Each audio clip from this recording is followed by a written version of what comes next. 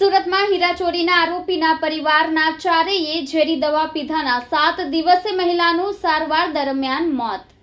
મૈદરપુરા વિસ્તારમાં રહેતા વિપુલ દશરથજી મેવાડિયાએ કંપનીમાં 65 લાખ રૂપિયાના હીરાની ઉચાપત કરી હતી।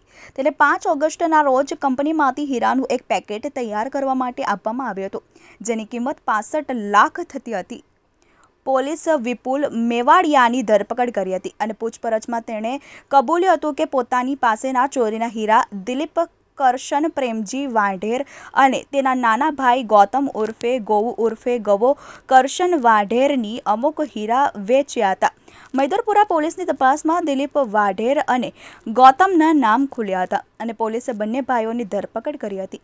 પોલીસે દિલીપ અને ગૌતમના ઘરે સર્ચ કર્યા બાદ 50 જેટલા હીરા કબજે કર્યા હતા, જેના કારણે પરિવારના સભ્યો ગભરાયા હતા અને દિલીપ અને ગૌતમનો મોટો ભાઈ જયંતિ વાઢેરને પણ પોલીસે સ્ટેટમેન્ટ માટે પોલીસ સ્ટેશને બોલાવ્યો હતો, જેથી જયંતિ અને તેની પત્ની કવિતા 21 ઓગસ્ટના રોજ બપોરે મૈદરપુરા પોલીસ સ્ટેશન પહોંચ્યા હતા અને તેઓ અગાઉથી પોતાની સાથે ઝેર લઈને આવ્યા હતા। પોલીસ કશું પૂછે તે પહેલાં જ પોલીસ સ્ટેશન બહાર બંનેએ ઝેરી દવા ગટગટાવી લીધી હતી, જ્યાં 7 દિવસની સારવાર બાદ પ્રેમીલાબેન ભીખુભાઈ ગોહિલનું મોત નીપજ્યું હતું।